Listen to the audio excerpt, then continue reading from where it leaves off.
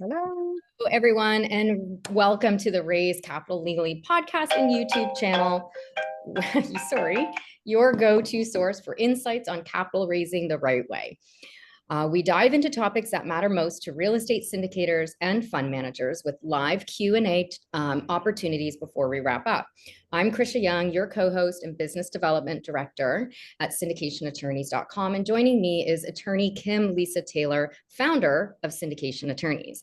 Now, before we get started, please note that audio and video from this event will be posted on our podcast platform, YouTube channel, website, and social media, and will be made available to the public. You can go ahead and ask questions at the end of the broadcast by raising your hand or typing it in the Q&A. Information discussed during this event is of a general educational nature and should not be construed as legal advice. So today, our topic is cracking the code on tax credit housing. What syndicators need to know to compete nationwide. Kim Lisa Taylor and Krisha Young of Syndication Attorneys welcome Homero Cabello Jr., the Deputy Executive Director at the Texas Department of Housing and Community Affairs. Homero shares insights from his decades of experience managing affordable housing programs and tax credit compliance that can be applied to projects nationwide. We'll discuss what it takes to qualify for low-income housing tax credits, LIHTC, what entity structures their deals need to qualify, and how LIHTC programs benefit syndicators, investors, and low-income tenants. This knowledge is perfect for sponsors looking to enter or scale in affordable housing or looking to maximize cash flow and tax benefits for their existing and future deals. Hello, everyone. Hey, Krisha. Hi. Hello. Hey, thank you so much for taking time out of your busy day to come and talk to us. Homero and I have known each other for a few years now. We are part of a group with RE Mentor called the Insiders Club, and which is a pretty cool group. If some of you may already be part of that group, or if you want more information, do check that out at rementor.com at their website. Give them a call, they can tell you about it. Homero has a really interesting background, and he has some. I know that low-income housing tax credits can be a very, very powerful financing tool, and very few people understand how to use them. So Homero is going to share with us his experience. So Homero, tell us about yourself and what you do. Oh, thanks, Kim, for inviting me. I think it's a great opportunity. And yes, we met through the RE Mentor Insiders Club, which is an awesome club. The things I picked up from there are the most important things I picked up is positive mindset and manifestation. I think that's great tools to have as you're dealing with life and the multifamily world. So I've been with the Texas Department of Housing and Community Affairs. This August will be 33 years. How time flies. For the first 25 years, I managed the majority of the programs at the agency at one time or another, mainly on single family programs. And then in 2018, I was promoted to the Deputy Executive Director to oversee all aspects of multifamily, including the LIHTC, low-income housing tax credits, from application to underwriting, scoring the applications to I oversee the loan closers, loan servicing, and several other divisions that I oversee. I also oversee with HUD programs. You got to do environmental clearances, you got to do labor standards, you got to do relocation. I oversee all those aspects also, and then a couple other divisions that are not related to multifamily. So. And the biggest piece on LIHTC is the compliance, is making sure that the multifamily development is in compliance and that the property is well maintained. So yes, I bring a lot of experience in the LIHTC world. Yeah, fantastic. Wow, we're really honored that you are able to talk to us and to talk to our audience. I'm sure there's a lot of people that are just dying to know this stuff. So can you tell us what kind of properties typically qualify for the LIHTC, specifically in the multifamily realm? Well, there's when people talk about LIHTC, there's two types of programs. There's what we call the 9% program and the 4% program. The 9% program is very competitive. That's where multifamily developers and consultants, they submit applications to the agency, and they get scored, evaluated, and then, they get awarded. The 4%, in the 9% program, those tax credits fund about 70% of the development cost. The 4% program, you apply for tax-exempt bonds. And for those that do not know what tax-exempt bonds are, those are investors buy these bonds, and the interest that they earn, they get paid, are tax-free. They don't pay taxes on those. So that's why they're called tax-exempt bonds. And the bonds finance a minimum of 50% of the development costs, and those bonds are usually at below market interest rates. And then the 4% tax credits fund about 30% of the development costs. So between the bonds and the tax credits, it covers about 80%, sometimes more, of the total development costs. Now, Wow. the tax credit program is governed, each state has to do what we call a qualified allocation plan. And that dictates all the requirements, the rules, everything that needs to be done in the tax credit program. And the tax credit program mainly funds, the large majority is new construction. We can do acquisition rehab, we call it ACT rehab, to house low-income families earning up to 60% of the area median income. It also funds senior housing. We call them elderly residents. And it can also fund supportive housing for special need populations, such as individuals experiencing homelessness or persons with disabilities. What we like to fund is more mixed income developments, where you got market rate and affordable housing and where they're living in the same development. And then finally, the tax credit program also funds what we call preservation. And those are developments that are at the end of exiting the affordable housing programs. And so we don't want them to exit. We give them a set aside to keep those projects affordable. I see, because the program itself extends for a period of time that they have to comply. And then is that how that works? So that then they could exit from it, or they can extend and you offer them some incentives to stay? Yeah, correct. So the IRS code that governs the program has a 30-year minimum affordability period, right? So if they're in years 28, 29 of that period, they can come in and apply under the preservation set aside, get some new funding to rehabilitate the project, and then put another 30 years of affordability to keep the development affordable. Okay, great. So from your experience, what are the most common reasons an application gets denied or scored poorly? Well, they could be denied or scored poorly for several reasons. Failure to meet threshold requirements. These are the minimum eligibility criteria that is required, such as financial feasibility, site control. They need to show that they have strong financials and they have control of the site. We often see applications are missing forms, they have incomplete financial projections, and that leads to the application being rejected or denied. The QAP, the qualified allocation, it outlines scoring criteria, and failure to align with those priorities can lead to a lower score. And if you score low, you're not going to get funded. One of the biggest things that we require under the QAP. What are the ranges for the scores? Well, I think if you score, I think the score goes up to about 100, 180, 175 points. If you score in the 170s, you're most likely going to get awarded. But there's some projects that score 130, 140 because the other applications are not as competitive and they end up getting awarded. The QAP outlines all the various points and how they can be earned.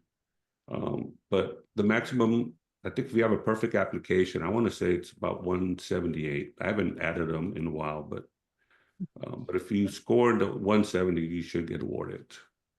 One of the biggest things that is required in Texas is local support.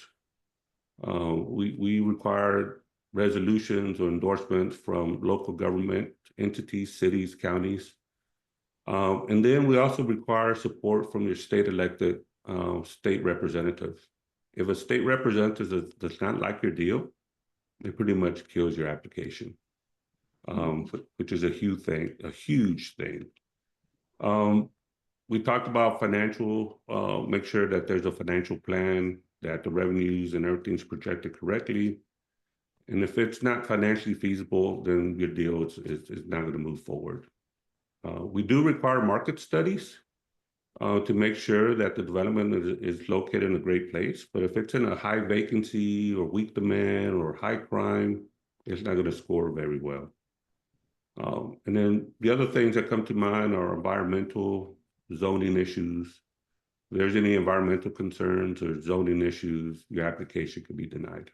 So there's a whole bunch of different factors that come into play. Okay. And then what about the sponsor themselves? What kind of requirements do they have to be able to qualify? Well, they must demonstrate several key qualifications. They must have experience and a track record. They must have a strong history of housing development and management, financial stability. The sponsor must show they have financial capacity to support the project through its life cycle, which is the 30-year affordability. We like for them to have knowledge of our compliance requirements and the regulatory requirements, the IRS code and our compliance rules. And then, as I mentioned, have securing local support, that the city and the county want this project in their city. And then the other thing that we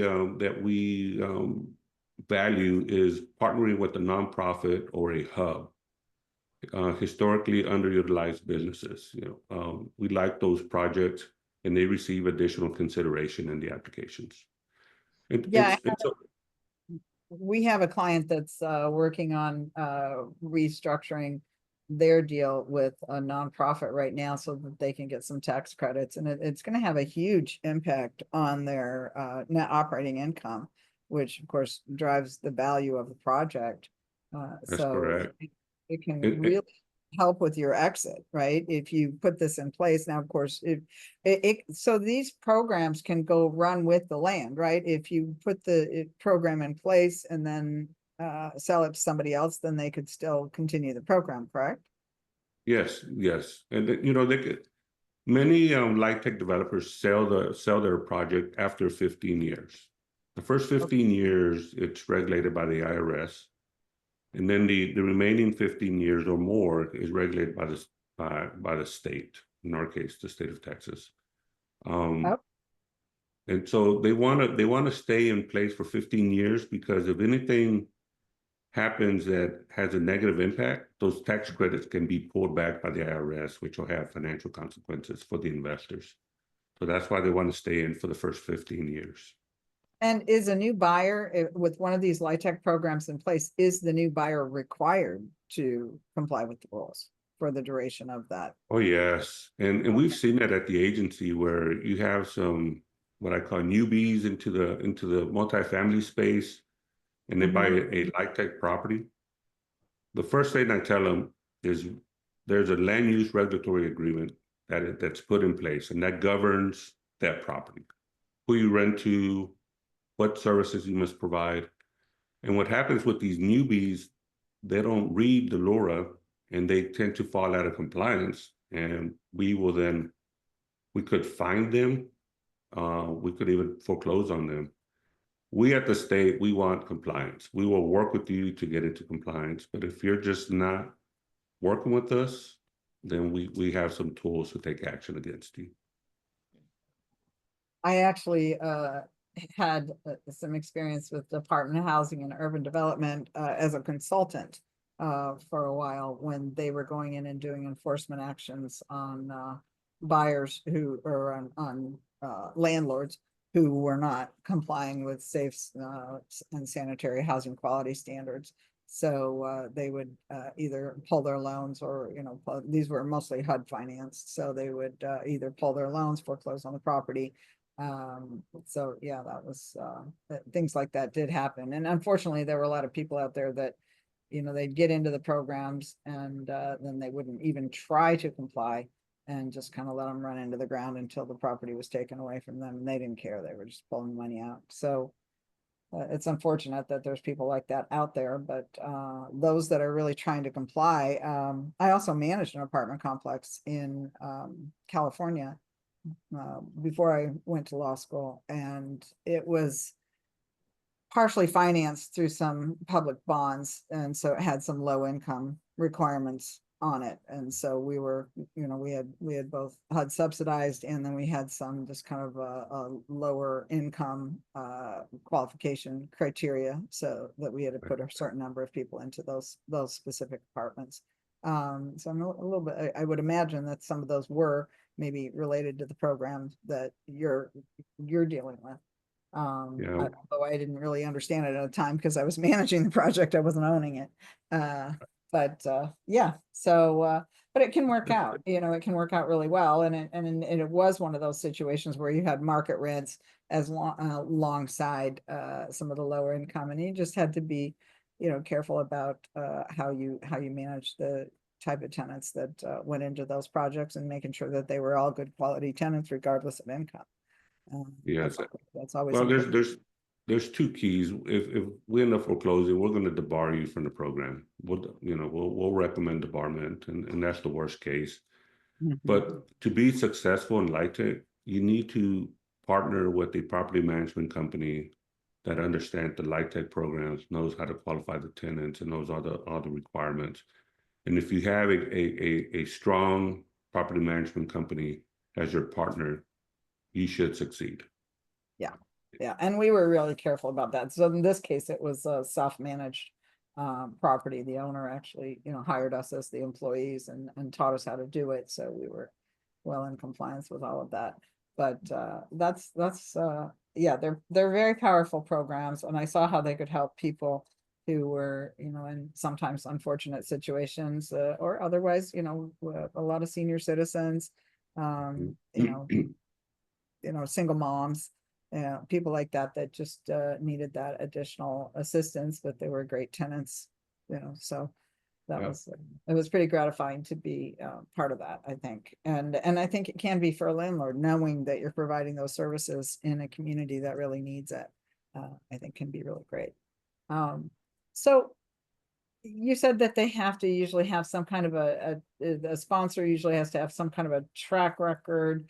Do you also look at, like, who's on their team, all the different members of their team? So they're getting separate financing, still getting like Fannie Mae or HUD or some other financing in addition to the LIHTC program, right?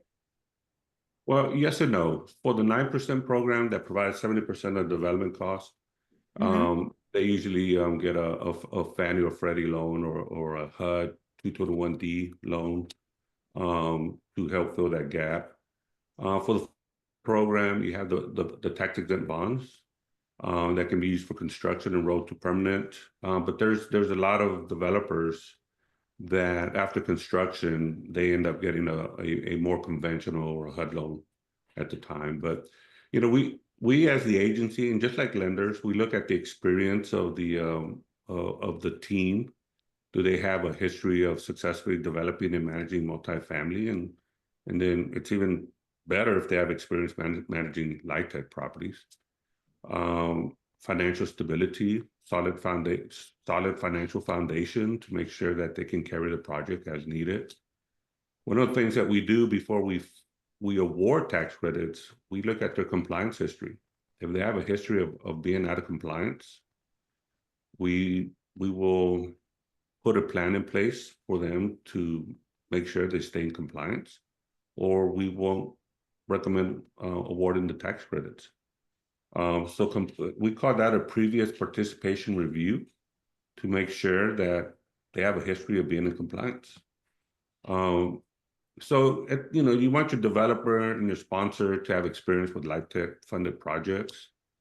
I talked about a property management company. Make sure you get a property management company that has expertise in affordable housing compliance. And then there's only a handful of law firms in Texas that really work on LIHTC programs. And we like to see that they're working with one of those firms. It's not won't kill your deal, if you will, but we know that they know what they're doing, and they will structure it correctly. And that Um, would be like for people like their real estate attorney, is that what you're thinking? Is, Well, you have real estate attorneys, and then you have the tax credit attorneys, the LIHTC attorneys. got it. Yeah, and That with my clients that are looking at doing this with a nonprofit, that was one of the benefits that they brought. Number one, they brought the nonprofit who had the experience. They were going to completely, ensure administration of the program and training of the personnel. And they also had their attorney that they brought in to help ensure that the structure was correct for them to have that authority to do it.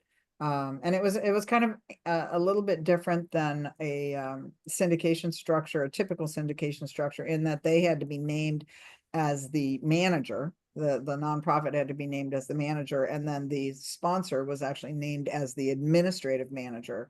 So it's important, I think, that you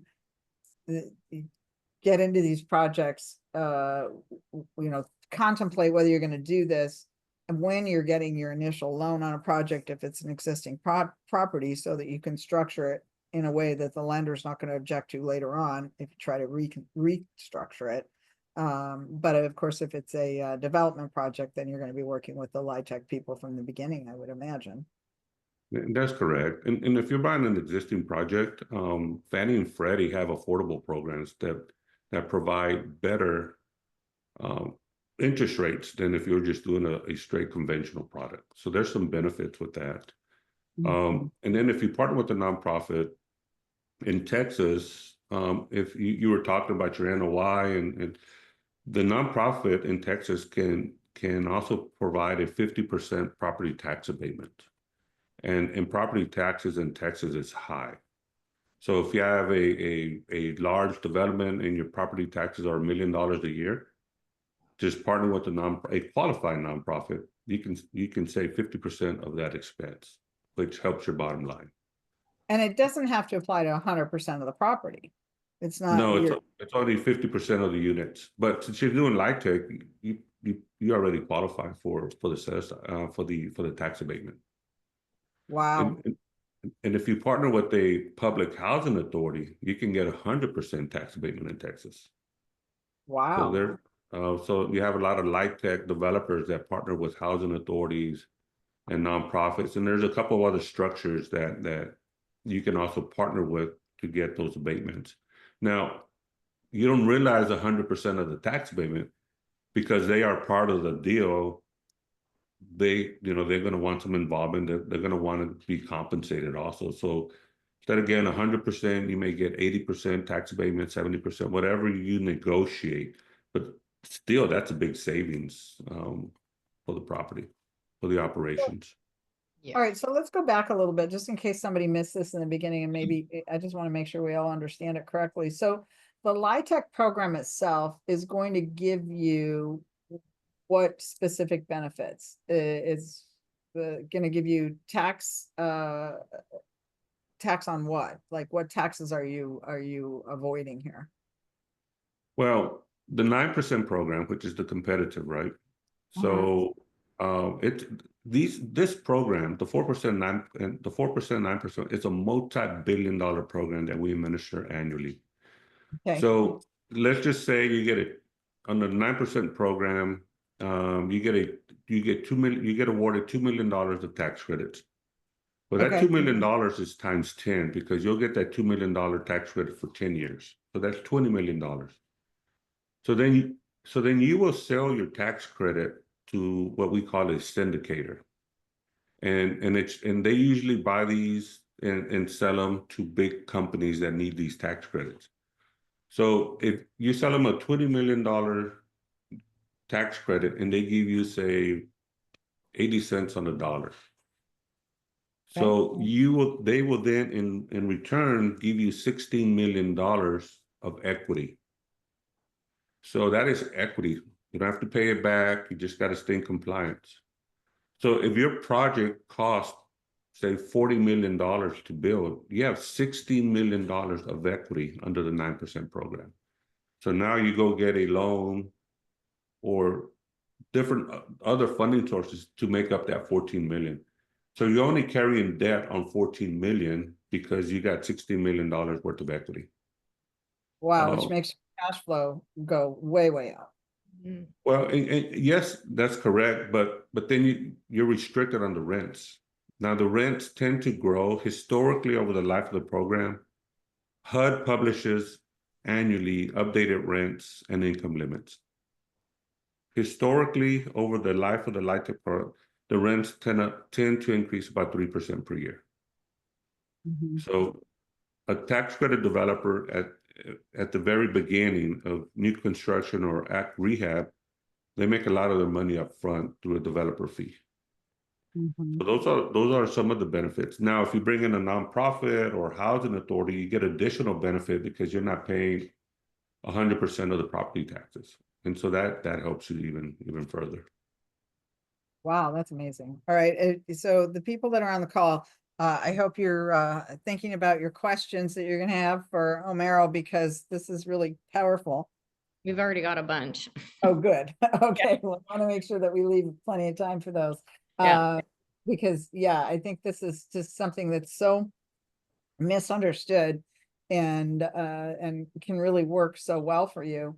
And so if someone is doing a renovation project, is there a certain, what if, I guess you're not going to use this to buy a Class A property, but you could be using it to buy a Class C property and try to get it up to Class B standard or something like that. Is there some level of renovation that has to be done in order for the project to qualify? Well, let me start with your Class A, Class B. A lot of people think of the tax credit, affordable housing, they think of the old Section 8 developments that were built in the 60s and 70s, Sure. right? In Texas, we pride ourselves in that we require the development community to build some very nice properties. They look like Class A properties when you drive up to them, but it's actually LIHTC property. So a lot of these properties look like they're Class A, and they have a lot of the same amenities. Now, if you're doing an acquisition rehab, yes, you can purchase a 60s, 70s, 80s, 90s, whatever you think is feasible, and you got to rehabilitate it to make sure that it's safe, sound, and sanitary for the households. And you got to rehabilitate it and make sure that it's going to last throughout the affordability period, which is 30 years. One of the things that I'm not in agreement with, and I tend to be kind of vocal about that, is that there's some states that require 50 years, 99 years affordability, which sounds great from a public policy point of view, but they need to be able to recapitalize and remodel and update these properties, because the roofs, the systems, the AC, the water heaters, all those things need to get replaced probably around year 20. And so if you're going to require 50 years, 99 years, there needs to be some assistance because you got restricted rents to help them to remodel. So that's, if you're buying in some of these other states, I highly recommend that you review your land use regulatory agreement, the LURA, to see how long this thing needs to be in the affordability space. Because And if you're be able to plan for how you're going to do those future renovations and start actually saving reserves for them, from year one, right? Right. Well, can you do a cash out refinance and then use that cash out? But you need to be planning about those things. And some of these projects are so tight that I worry about them 15, 20 years down the road. So are they going to do it? Right. Well, and I guess that's where, anybody that's listening that lives in a condominium, what condominium homeowner associations do is they, if they're run properly, should be collecting enough money to create what they call reserves for replacements. And so that you start collecting the money, 10, 15 years before you need it, so that by the time you need new roofs or new balconies or some kind of stabilization project, that you've got the funds there and ready to do that. So you have to think about that, think into the future, and maybe not always I mean, in some ways, a lot of our clients are doing, you know, kind of a flip model, but it's a slow flip, right? Where they buy, they renovate, they optimize, they hold, maybe they refinance within 3 years. Maybe they don't, but then they typically sell around year 7, you know, and that's generally because at that point, you might need to bring in some new capital to start rehabbing again. And it's almost easier to go into a different project than it is to recapitalize the one you have, which is maybe just a, you know, artifact of the way that we finance things, but that is a reality. And And one of the issues that you know, there's been some tax credit developments that were, we call it placed in service, that were placed in service 5-10 years ago, and they were cash flowing just fine. But then you had the insurance double and triple. You have inflation and cost to make readies and repairs and maintenance, that they started struggling just to cash flow. And so a lot of these existing developments started partnering with the housing authorities and nonprofits to get that property tax abatement so they can increase their bottom line. But I agree, they need to start thinking about, if they're going to hold it for long term, they need to start putting those reserves and start collecting those reserves so they can make those improvements. that's right. We have a team of about 20 inspectors that at our agency, we have over 350,000 doors that we monitor. We have almost 3,000 properties in Texas that we have a very robust compliance monitoring team. We're the best compliance team in the nation. We get that all the time. But we have some developers, we send out our inspectors, a lot of deferred maintenance and a lot of issues, and we make them fix the health and safety stuff first within the first 24 hours that we identify it. But a lot of the resources and some of them just say, Homer, here's the property, you can have it. Well, I don't want your property, I want you to get in compliance. So how can we help you? So a lot of things, a lot of issues come into play. All right. Well, I feel like if we've got a lot of questions, I want to make sure that everybody has access to Homero. So maybe we should go to the questions. But before we do that, Krisha, could you tell people about how to get copies of our books? Yes, I can. Sorry, just moving some stuff on my screen around here. If you want to raise capital like a pro, you can grab our books. We have 2 of them. If you're new to raising capital, there's this one here, learn the laws, the structure, and the strategies to confidently secure funding for your real estate deals. And if you're already just for our listening audience, how to raise capital legally for real estate. legally, yes. And then this one is how to raise capital for real estate legally. Actually, I said the wrong one. You So did. the other, how to legally raise private money. Sorry Private about that. money, yeah. How to legally raise private money. The second one is how to raise capital for real estate legally. If you want to buy them on Amazon, look up my name, Kim Lisa Taylor, and that's the easiest way to get to them. But we do have a new book. Yay. How to legally raise capital for startups and small business. This one is not yet on Amazon. It should be out within a month or so. We are going to do a launch. So we just wrote this one. We've got an attorney that works with us, Jason Hargadon, that does our business offering specifically. We've also got Michael Fugler. He's taken over 100 companies public. And so we're looking forward to helping any of you who are also business entrepreneurs. And if you'd like a copy of this book, just send Krisha or me an email and we'll put you on our list for when it gets launched to make sure that you are notified. Yeah, let's go to some questions. Okay, great. Can I put a plug into your book? I think it's a great book. Yeah. I didn't read it, but I listened to it on audiobooks. Oh, so that's this Yeah, one. This one's Yeah. available. How to raise capital for real estate legally. Yes. The And this one we Audible recommend. book is awesome. Yeah. Yeah, so this one, just to know the difference, this how to legally raise private money is really a beginner's guide. It's short, and you know, it's a step-by-step how to syndicate for beginners.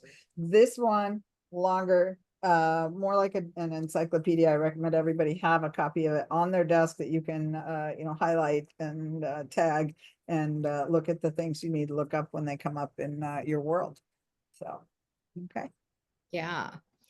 All right, so some of this might have already, we might have covered it. So if we did, but I'll just read through the questions here. Alan said he's doing some TC in SoCal, so great timing. There we go.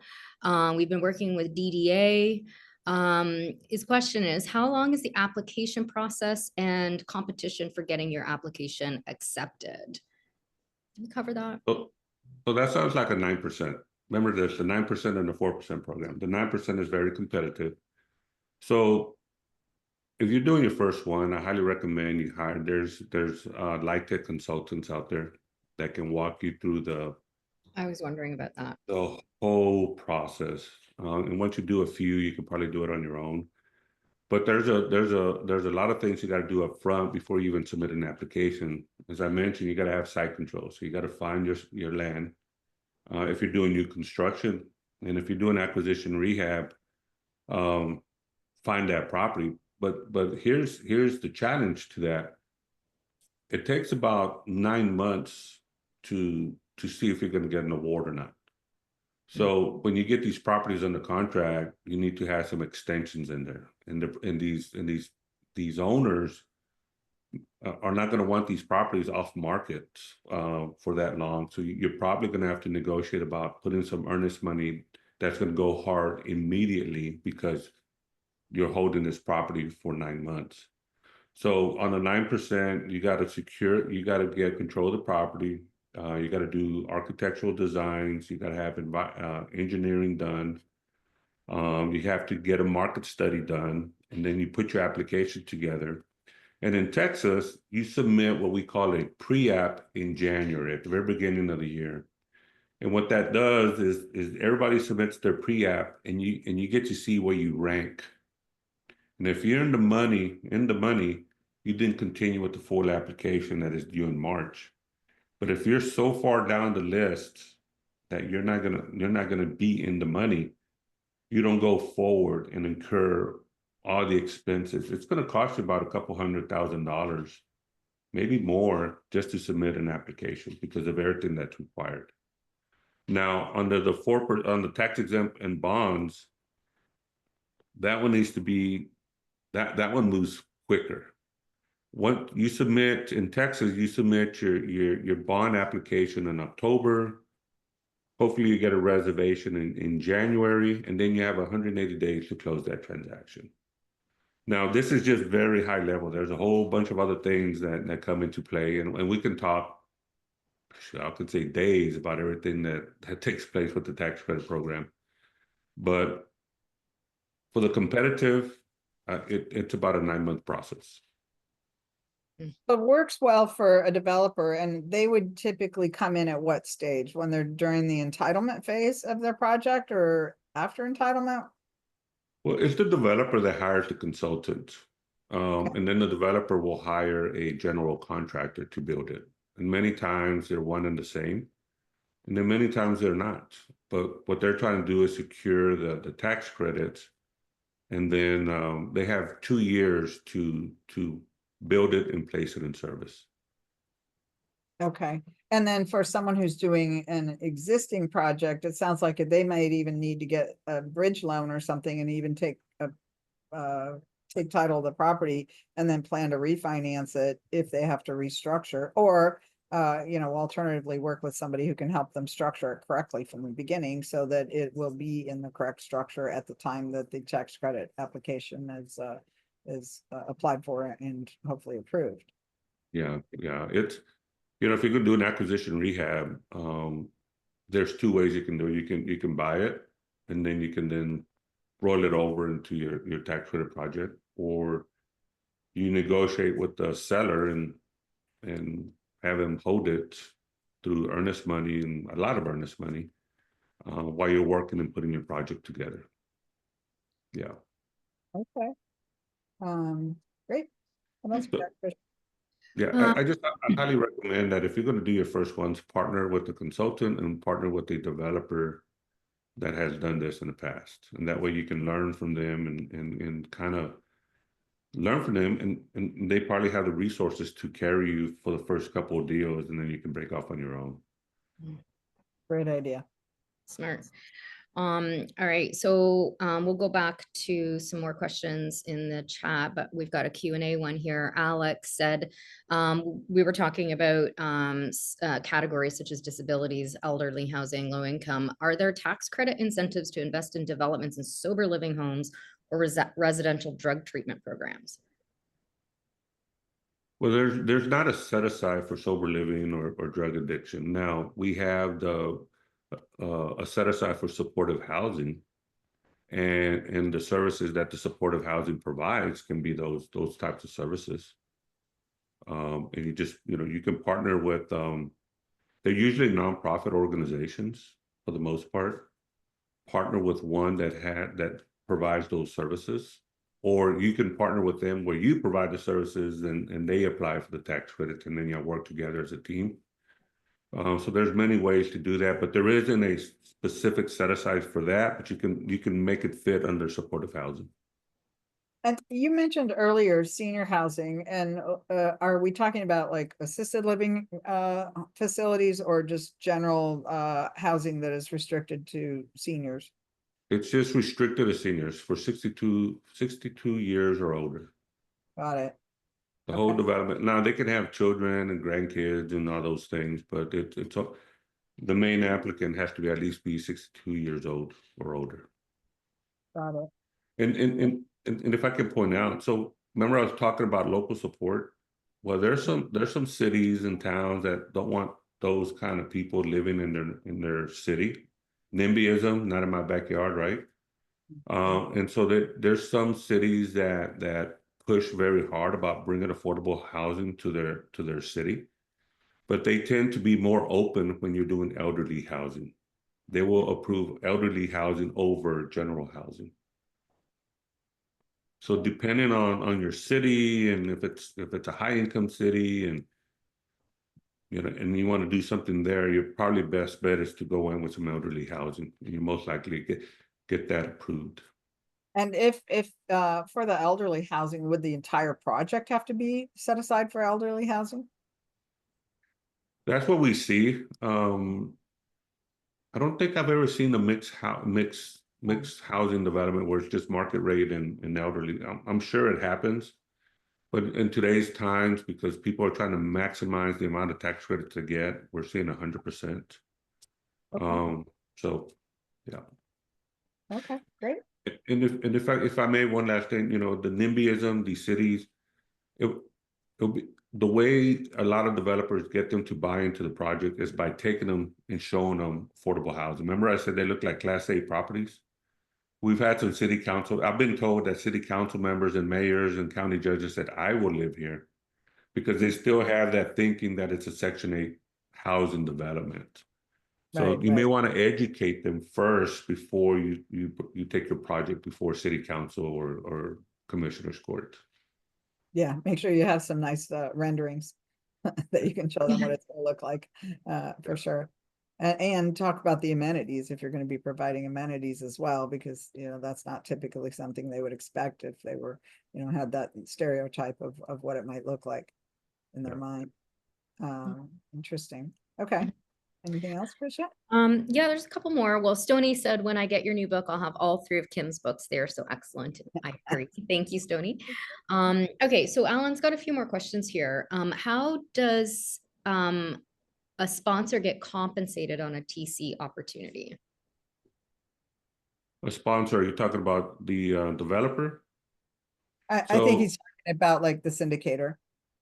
Well, the syndicator, so there's 2 ways you can syndicate this. If you're doing new construction, well, there's several ways, but if you're doing new construction, you're selling your tax credits to a syndicator who then sells it to a Wells Fargo, Bank of America, these big companies that need these types of tax credits, and they have those relationships. And so if they buy them at 85 cents on the dollar, they may sell it to Bank of America for 87 cents on the dollar, and that's how they make their money through that spread. What I see do your traditional syndication with 506C and 506B type of structures is when they're buying a post-15 tax credit development, an existing tax credit development that's been in the program for over 15 years. and then they buy it, you know, they underwrite it to try to get the returns, and then they can syndicate it that way. And that's what I see the most is your traditional syndication with the 506C structure. Mhm. Okay. Good. Michelle actually just posted a question. What are the potential traps if I purchase an LIHTC properties which already ran out of tax credit? So that's your post 15 properties. So your post 15s, after 15 years, the IRS is out of the picture and they can't pull those tax credits anymore. And that's why they sell them after 15 years, right? So the biggest trap is these regulatory agreements. In those agreements, I saw a LORA in Florida that somebody sent me. That LORA stated that if one of your tenants wants to become a homeowner, that you must pay for the down payment and closing cost. Whoa. That's huge. How do you budget for that? You know, Yeah. so you read your LORA. Some of them require pre-kindergarten services, daycare services. There's all types of services. And if you don't budget for that correctly or you don't buy right, you can get yourself in trouble pretty quickly. But at the end of the day, you got to make sure that you stay in compliance, because whatever state you're in, they're going to monitor you, making sure you're leasing to the proper tenants, making sure that you're providing the services that are outlined in your LURA, and then their inspectors are going to make sure that you're upkeeping the property. And so those are your biggest pitfalls in buying a tax credit property. Wow. Yeah. So it sounds like there's probably some attorneys out there that specialize in that can help people understand what those requirements are, I would imagine. Yes. Yes.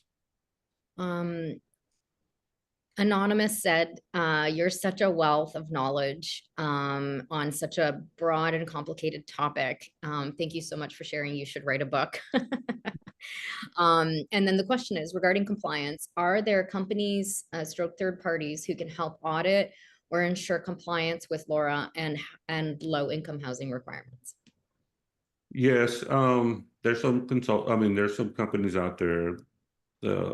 I don't have no affiliation with this company, but they're kind of the leader of the LIHTC world, and it's a company called Novogradic. They provide accounting services, they provide compliance services, they provide a lot of those LIHTC type of services.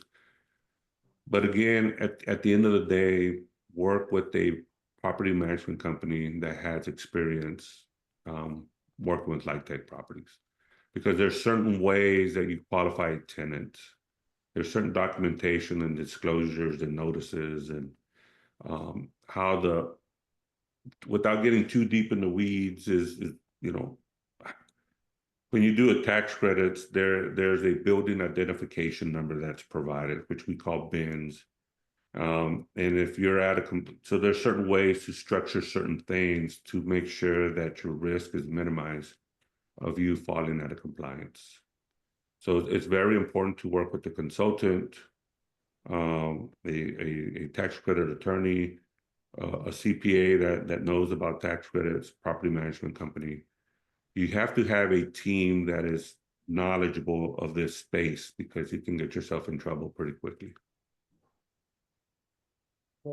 Now, so Omero, I would imagine that you have a conflict of interest providing consulting services in Texas, but what about other states? Are you able to, act as a consultant on somebody who's trying to do a tax credit program somewhere other than Texas? Anything in Texas I cannot touch because I'm over all aspects of it. But if it's in another state, I can provide, I can help, I can consult, I can partner, as long as it's not in Texas. So remember I was telling you about the Florida, I had a group approach me last year about partnering. And once I read the LORA, I had no interest. Had another group approach me from Illinois. Their LORA is 99 years. And I had no interest. But yes, the short answer is yes, if it's outside of Texas. Okay. Yeah. So that's something good to know. And just go ahead and give us your contact information now, Omero, just so that everybody has it in case somebody has to leave right at the top of the hour. Mhm. So let me give you my email. It's Homero, HOMERO .Cabello, CAB as in boy, ELLO at TDHCA for the Texas Department of Housing Community Affairs .Texas, the Do you whole have 5-letter word. a personal email that you'd rather give out? My personal email is hcabellojr@gmail.com. Let's do that one. Okay. H, Cabello, CAB as in boy, ELLOJR @gmail.com. Was There there, was there a couple letters after your last name there? I got it. Got it. They are, You're yeah. faster than me. Let me give you my cell. You You can didn't send it text out. me. Hold on. Yeah, my Here, cell is I'll copy and paste it to everyone. Okay, thank you. There we go. Yay, teamwork. Okay, makes the yeah, dream. so hcabellojr@gmail.com. Let's use that one if anyone wants to reach out to Homero. Okay, any other questions that we have, Krisha? Hang on a sec, where's the chat? I see there's one here from Alan. Which one are you looking at? This one, I can trade you my book, Six Yeah. Steps to Real Estate Success on Amazon for yours. Yeah, oh, that's funny. watering. We should Alan, have a book I've known swap. Alan for a very long time. He's an interesting guy. And he also says, but I have 118 unit, 100% affordable, 95% complete to be ready for occupancy in October 25. At only 270K per door, class B minus C plus. Can you apply for tax credits on a new to be completed under an ED1 in LA, Los Angeles? Well, I think that Omero would probably have to look at the rules in California to know whether he could do that. And then Alan saying he's also has an 88, 144, and 277 unit projects ready for applications. So maybe if you'd like some assistance on that, Alan, you should reach out directly to Omero, and you guys can talk about that, and maybe he can either consult with you or potentially partner with you on those projects.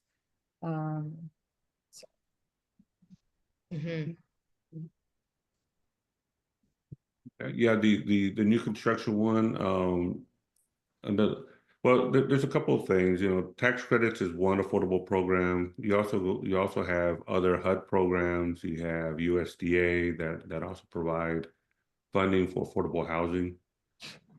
Tax credits is a bipartisan program. There's the big tax bill that they're working on Congress right now. The House of Representatives just came out with the first draft. They got provisions in there to expand the funding or the credits for the LIHTC program, and they're making improvements to that. And then separate to that, there's another bill in Congress. It's called the Affordable Housing Tax Credit Housing Program, something to that effect.